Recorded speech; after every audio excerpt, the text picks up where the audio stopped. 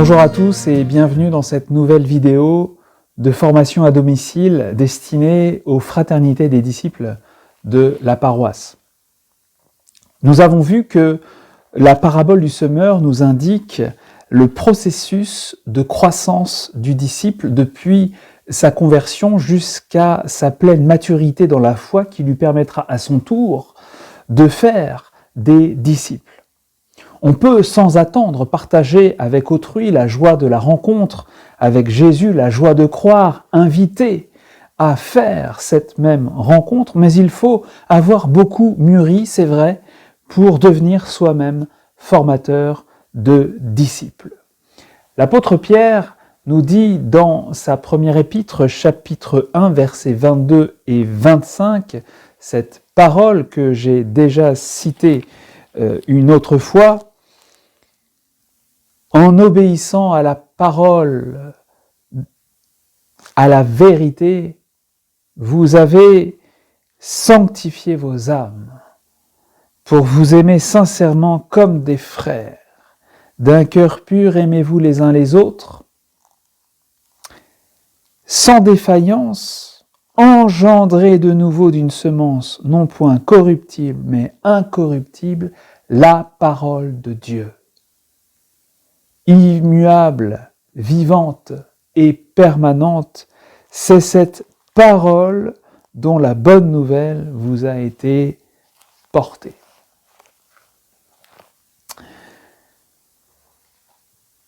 Nous sommes maintenant rendus à la deuxième étape que nous avons bien identifiée comme étant celle de l'enracinement.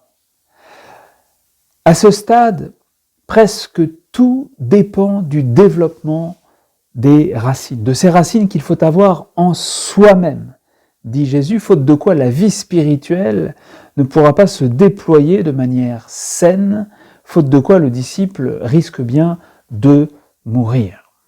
Et Jésus dit, en effet, en Marc, chapitre 4, versets 16 et 17, « Ceux qui sont semés sur les endroits rocheux sont ceux qui, quand ils ont entendu la parole, l'accueillent aussitôt avec joie, mais ils n'ont pas de racines en eux-mêmes et sont les hommes d'un moment. Surviennent ensuite une tribulation ou une persécution à cause de la parole, aussitôt ils succombent. » Plusieurs choses.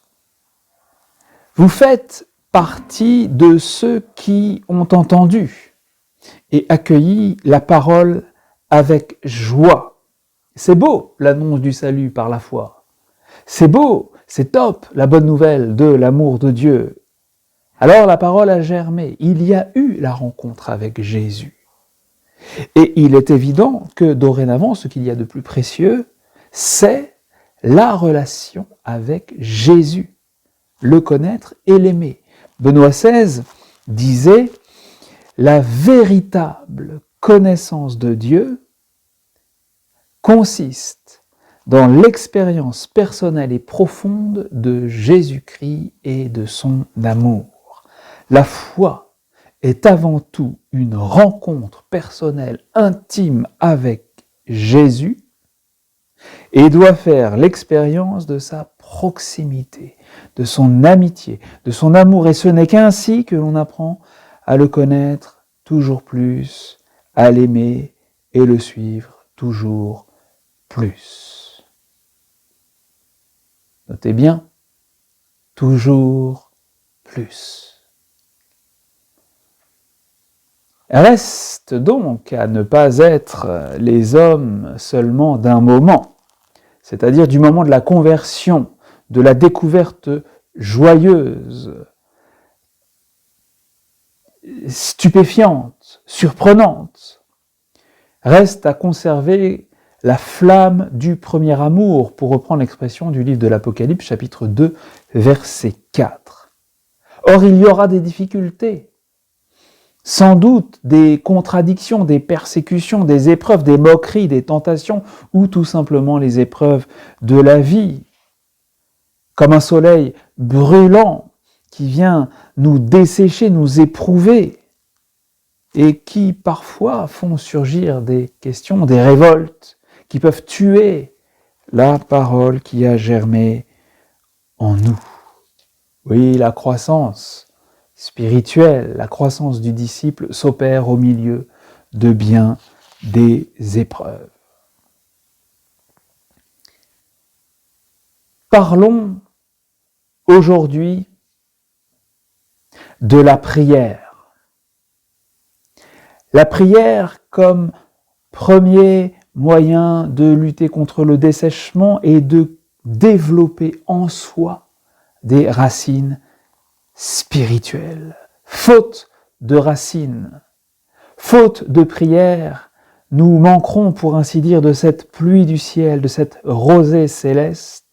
Faute d'humidité, dit Jésus, la parole qui a germé, la plante naissante s'est desséchée. Luc chapitre 8, verset 6. Il faut un christianisme qui se distingue avant tout dans l'art de la prière, disait Jean-Paul II pour le nouveau millénaire. Un art, donc un apprentissage, une école des disciples sera toujours, avant tout une école de prière, et c'est pour cela que nous commençons par là. Vous pourrez vous nourrir encore, approfondir, vous abreuver de la 6e partie du catéchisme de l'Église catholique consacrée justement à la prière. C'est magnifique, parfois c'est un petit peu dense et difficile pour un recommençant ou un commençant, mais quand même il y a de quoi vous réjouir, vous nourrir. Commençons en soulignant ce fait, il nous est demandé de prier. Dieu nous demande de prier. Disons-le tout de suite pour commencer, il nous demande de prier parce qu'il aime être avec nous. Il aime passer l'éternité, son éternité, avec nous qui sommes encore dans le temps, mais qui le rejoindront dans l'au-delà, dans son éternité. On nous demande de prier. Jésus, par exemple, dans Matthieu chapitre 26, verset 41, la veille de sa passion, « Veillez et priez pour ne pas entrer en tentation. » À sa suite, l'apôtre Paul, dans la lettre aux Éphésiens, chapitre 6, verset 18, écrit « Vivez dans la prière et les supplications. Priez en tout temps dans la ferveur de l'Esprit Saint. Apportez-y une vigilance inlassable. » En réalité, la prière est quelque chose qui remplit toute la Bible. Toute la Bible. La Bible ne cesse de nous montrer que la prière est une caractéristique essentielle des hommes en contact, en relation réelle avec Dieu. La Bible ne cesse de nous faire comprendre que la prière est l'activité la plus haute, la plus digne qui soit sur la terre. Jésus lui-même prie. Non seulement il nous demande de prier, vous verrez le nombre de fois où il est question de la prière dans les évangiles, non seulement Jésus nous demande de prier, mais il prie lui-même. Et ceci est un exemple, un bon exemple pour nous. Jésus, en tout ce qu'il fait, même lorsqu'il ne dit rien, nous montre l'exemple. Et cet exemple, nous devons le suivre. La prière de Jésus est un exemple, mais elle est aussi l'écho dans son humanité de cette relation filiale qu'il a avec le Père. Jésus est le Fils. Il est en relation avec le Père et cette relation provoque, si je puis dire, un écho dans son humanité, la prière.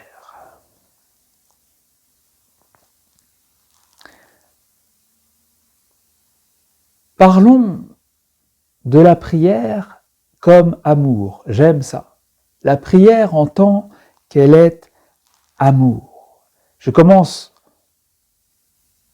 par le fond. Nous verrons plus loin quelques pratiques concrètes. La prière, c'est une grande amitié. La prière, c'est un amour. Prier, c'est devenir, c'est être l'ami de Dieu, l'ami de Jésus. C'est entrer dans le sillage des grands témoins, des grands amis de Dieu, dont la vie fut merveilleuse. Abraham, Moïse qui parlait face à face avec l'Éternel, les prophètes, Élie en particulier. C'est nous inscrire surtout dans le sillon creusé, ouvert par Jésus sur la terre, l'amitié filiale avec le Père, Abba. Parmi les saints que Dieu envoie à l'Église sans cesse, Sainte Thérèse d'Avila est docteur, maître de la prière. Selon moi, dit-elle, l'oraison, c'est par ce terme qu'elle désigne, que nous désignons la prière intérieure, la prière silencieuse, la prière de recueillement. Selon moi, en effet, l'oraison n'est pas autre chose qu'une amitié intime, un entretien fréquent, seul à seul, avec celui dont nous nous savons aimer. Nos communautés chrétiennes, disait Jean-Paul II, ont besoin de cela. Elles doivent devenir d'authentiques écoles de prière, nous y voilà, où la rencontre avec le Christ ne s'exprime pas seulement en demande d'aide, mais aussi en action de grâce, louange, adoration, contemplation, écoute, affection ardente, jusqu'à une vraie folie du cœur. Une vraie folie du cœur, n'est-ce pas ce que nous voudrions atteindre? Oui, bien sûr, eh bien, l'oraison en est le chemin. Sainte Thérèse d'Avila dit même, croyez-moi, il n'y a pour y arriver à la perfection d'autres chemins que l'oraison, et si l'on vous en indique un autre, on vous trompe.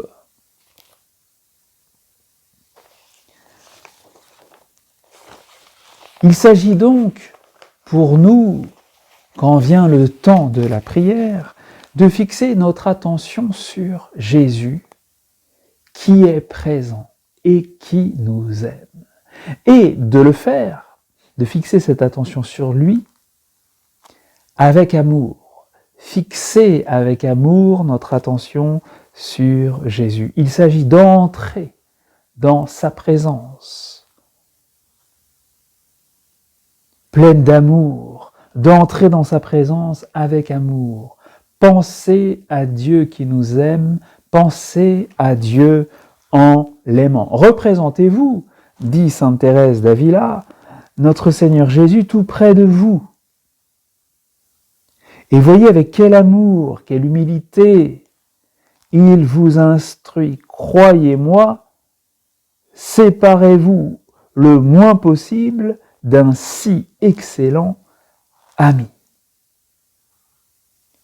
Représentez-vous notre Seigneur tout près de vous. Il s'agit de croire en sa présence et d'être présent, attentif, attentionné à cette présence. Tout près de vous est Jésus et nous près de lui. C'est la place du disciple que Jésus aimait le jeudi saint. Saint Jean écrit dans l'Évangile, chapitre 13, verset 23, et il parle de lui, un de ses disciples, celui que Jésus aimait, se trouvait à table tout contre Jésus. Et il raconte comment il se pencha sur sa poitrine. Faire oraison c'est prendre cette place que nous n'avons pas méritée et que nous ne mériterons jamais.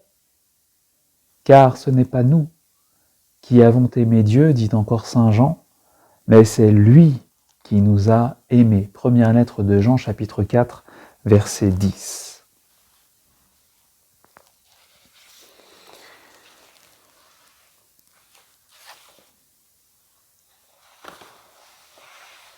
La prière est quelque chose de très simple,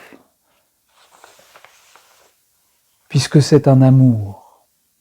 Et cette activité, la plus haute et la plus digne qui soit, nous fait participer à l'aventure, à l'expérience que firent les apôtres, les 12, et l'entourage féminin, l'entourage plus large de Jésus que nous trouvons, que nous suivons dans les évangiles.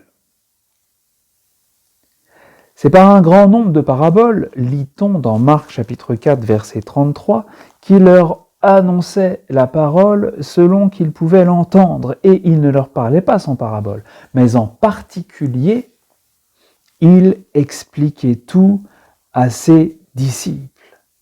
Quand il fut à l'écart, ceux de son entourage avec les 12 l'interrogeaient sur les paraboles et il leur disait « À vous, le mystère du royaume de Dieu a été donné. »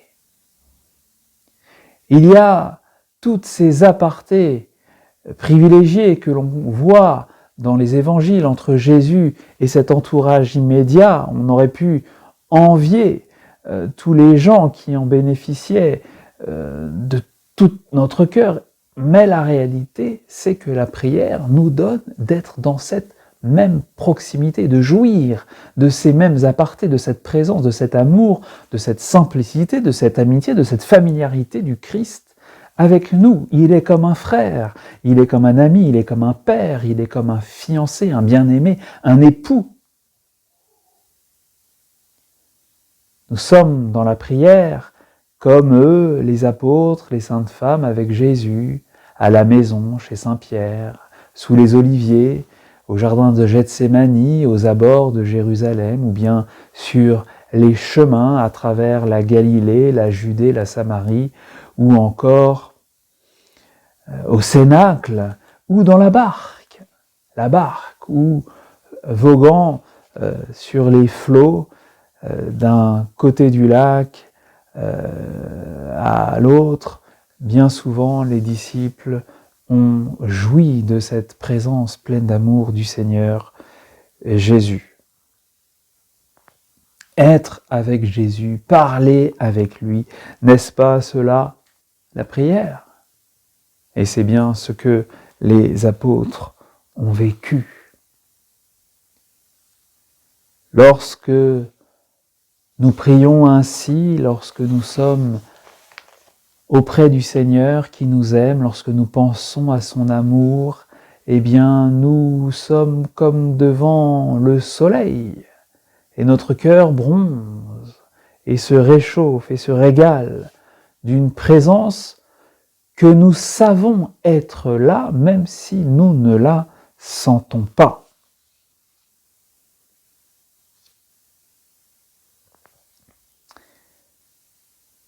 Être avec Jésus, avec amour, voilà l'oraison.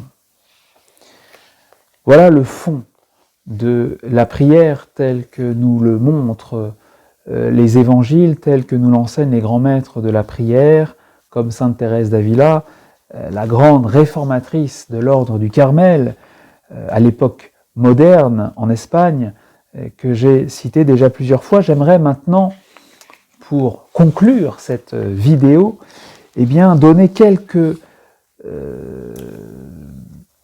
éléments concrets pour vivre, profiter, approfondir cette façon de prier. La première chose à dire, puisque prier, c'est rencontrer le Seigneur, vous savez, on ne prie pas pour prier, on prie pour rencontrer Dieu. Le but de la prière, c'est pas prier. Le but de la prière, c'est rencontrer le Seigneur. Dans la foi, Donc c'est une rencontre très mystérieuse, mais c'est une rencontre réelle tout de même. Puisque la prière est une rencontre, la première chose à faire, si nous voulons progresser, et vous le voulez, c'est fixer un rendez-vous quotidien. Le jour, tous les jours, l'heure et le lieu, ça vous aidera. Autrement, on est pris par le rythme effréné des journées, des heures qui passent, et on se retrouve le soir et l'on n'a rien fait. Alors fixez à l'avance dans votre agenda quel lieu, dans quel lieu je me rendrai pour prier et à quelle heure. Et combien de temps je prierai. Évidemment pas 30 secondes, soyons sérieux. Peut-être que vous pouvez demander à un ancien dans la foi, peut-être que vous pouvez demander à un consacré, un prêtre, un père spirituel, quelle serait la durée raisonnablement envisageable dans votre situation.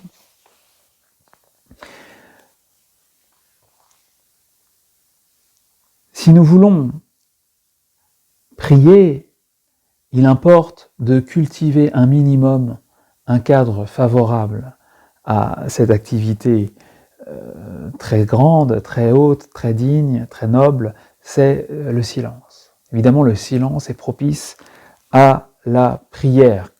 Les évangiles nous montrent Jésus qui se retire pour prier. Le matin, bien avant le jour, il se leva et sortit.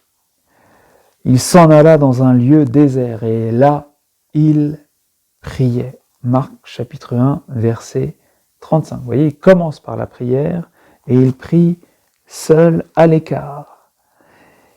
Il advint en ces jours-là qu'il s'en alla dans la montagne pour prier et il passa toute la nuit à prier Dieu. Luc chapitre 6, verset 12. Matthieu chapitre 14, verset 23. Quand il eut renvoyé les foules, il gravit la montagne à l'écart pour prier. Le soir venu, il était là seul. Vous voyez, silence et solitude propice à la prière de Jésus, c'est évidemment un exemple qu'il nous montre. Sans silence, nous n'entrerons pas dans l'épaisseur de la vie chrétienne. Nous n'entrerons pas dans le feu de la prière. Le fruit du silence est la prière, disait Sainte Mère Teresa de Calcutta. À propos du silence, le catéchisme de l'Église catholique, au numéro 2717, dans ses grandes parties dédiées à la prière que je vous ai indiquées, déclare « C'est dans le silence, insupportable à l'homme extérieur, que le Père nous dit son Verbe incarné, souffrant, mourant et ressuscitant, et que l'Esprit filial nous fait participer à la prière de Jésus. » C'est dans le silence que le Père nous révèle Jésus. C'est dans le silence donc que nous rencontrons Jésus. Entrer dans le silence, c'est ne pas faire le vide, ce n'est pas entrer dans le néant. Entrer dans le silence, c'est s'ouvrir à une présence. Et ce qui signale cette présence, c'est justement ce silence. Quelqu'un est là qui ne fait pas de bruit. Le silence n'est pas un creux, c'est une plénitude, c'est la présence de Dieu lui-même.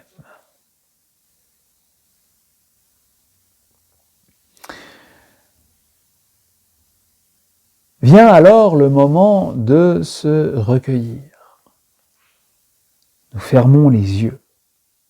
Nous nous mettons dans une position qui nous aide à prier, à nous recueillir.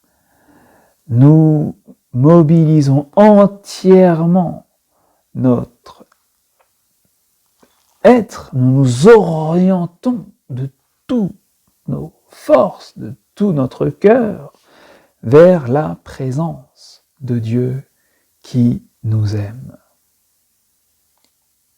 L'acte de foi, explicite ou implicite, c'est-à-dire formulé ou simplement vécu, nous met en contact avec Dieu, nous fait touchez Dieu réellement. Ne doutez jamais de cela. Par la foi, et la foi seulement, vous touchez Dieu. Et lorsque vous touchez Dieu, ce qui s'opère dans la prière, Dieu se donne. Dieu ne peut pas ne pas se donner. Dieu se communique. Le bien, disent les maîtres, est diffusif de soi. Comme un feu qui toujours se propage, comme un océan qui toujours se répand, quand tu pries, Dieu se donne à toi. L'acte de foi. Jésus, mon Dieu, je crois que tu es là présent, dans le tabernacle, sur cet autel dans le Saint-Sacrement, tu es là dans mon cœur et je t'adore. En ce moment, tu me regardes, tu penses à moi, tu me désires, tu m'aimes.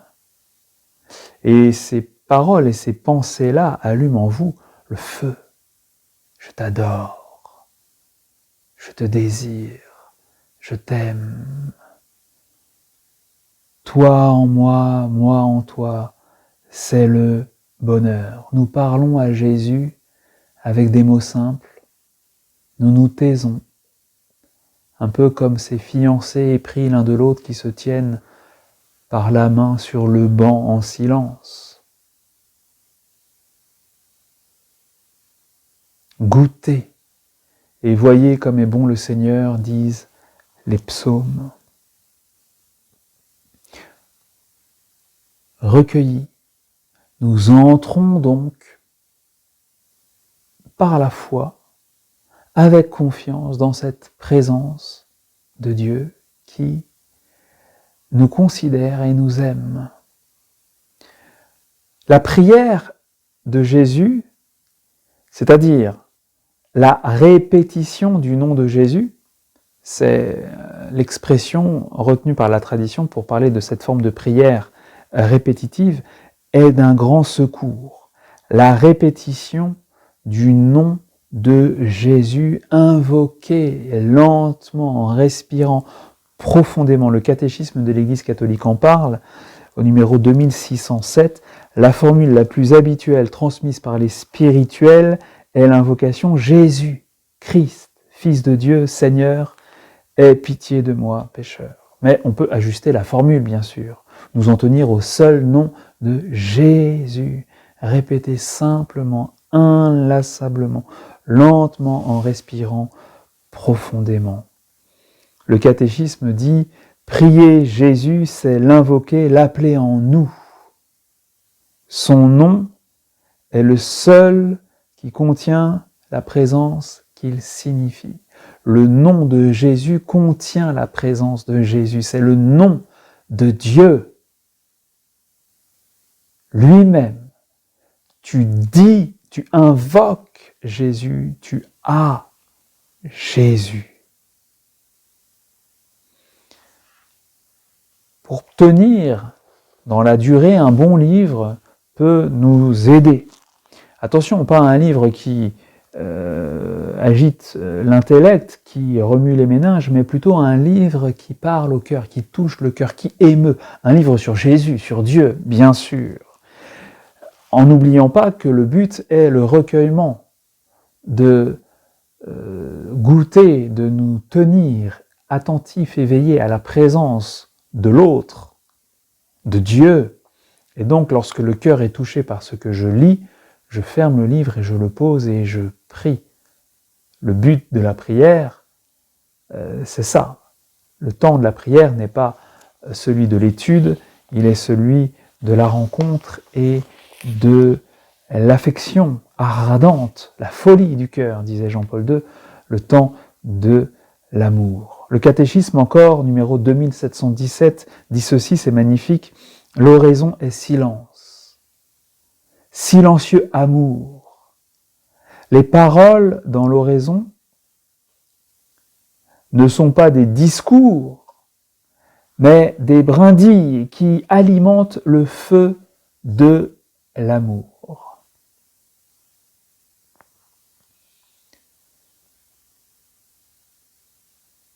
Regardez Jésus, une belle image, un crucifix qui nous émeut, qui nous touche, une icône. Regardez le tabernacle ou le Saint-Sacrement exposé dans l'ostensoir. Évidemment, tout cela est très bon dans la mesure où ça alimente en nous le feu de l'amour. Il n'est pas toujours nécessaire de dire quelque chose pour entretenir en nous la flamme de la prière. Le regard, le simple regard sur le Sauveur suffit. Aussi qu'il est doux, dit François dans la joie de l'Évangile, d'être devant un crucifix ou à genoux devant le Saint-Sacrement. Je vous préviens, il y aura toujours des distractions. Les distractions sont inévitables, sauf grâce extraordinaire. Et alors, eh bien, il faut revenir sans cesse à cette présence. Revenir à Jésus, que notre esprit qui vagabonde quitte apparemment. En fait, on sait très bien, même lorsqu'on a des distractions, si l'on demeure en prière ou non. Vous voyez, la mer, à sa surface, peut être très agitée, le fond reste calme. Eh bien, notre prière, avec ses distractions, est un peu comme cela. À la surface, ça peut être agité, mais on sent bien si notre cœur reste tourné vers le Seigneur.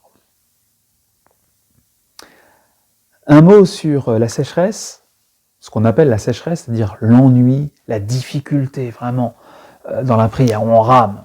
Alors, il peut y avoir plusieurs causes. La cause première peut être que tout simplement la prière telle que je l'ai décrite ne nous est pas encore donnée par le Seigneur. Il nous faut persévérer dans une prière peut-être plus active, prier le chapelet, lire les psaumes, lire des prières dans un recueil dédié à cela. Le mieux, si vous traversez une période difficile, si c'est rude pour vous, c'est vraiment d'en parler à un ancien qui a l'expérience de la prière, un ancien chrétien, je ne parle pas forcément d'un vieillard, mais quelqu'un qui a la pratique de la prière sur de longues années, ou un père spirituel qui vous aidera beaucoup. Il peut donc arriver qu'il faille persévérer ou reprendre une prière plus active, comme je viens de le dire.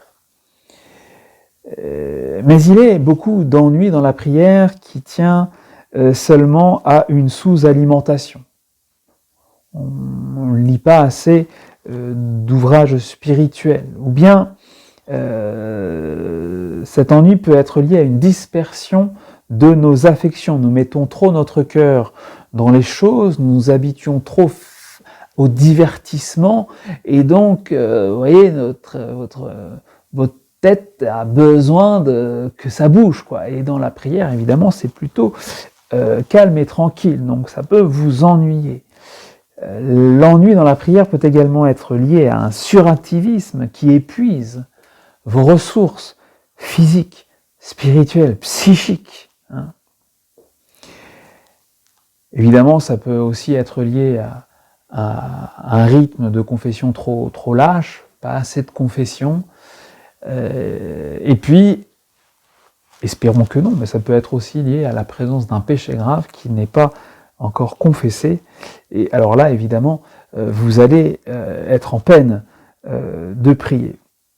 Donc, vous voyez, les causes peuvent être diverses, variées, d'où la nécessité d'en parler à quelqu'un qui vous aidera certainement.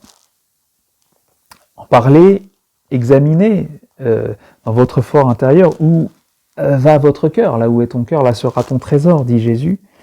Comment est réglée votre activité, où vous en êtes de vos lectures spirituelles. Petit à petit, eh bien, vous saurez mieux quelle forme de prière vous permet de profiter bien de ce temps consacré à Dieu. Mon père spirituel avait cette expression, on trouve son oraison comme on trouve sa maison. Eh bien, je vous souhaite de tout cœur de trouver cette maison de trouver comment habiter la présence du Seigneur, comment demeurer dans son amour. Je vous souhaite de délicieux temps de prière, de la persévérance quand ce sera difficile. Il n'y a qu'un chemin, c'est l'oraison. Et si l'on vous en indique un autre, on vous trompe. Sainte Thérèse d'Avila nous dit qu'en nous engageant dans cette voie de la prière, en nous aventurant finalement, ça c'est moi qui l'ajoute, dans ce chemin de croissance du disciple, ce qu'il faut c'est una determinación determinada. Alors pour ceux qui sont très nuls en espagnol, ça veut dire une détermination déterminée. À bientôt. Hallelujah.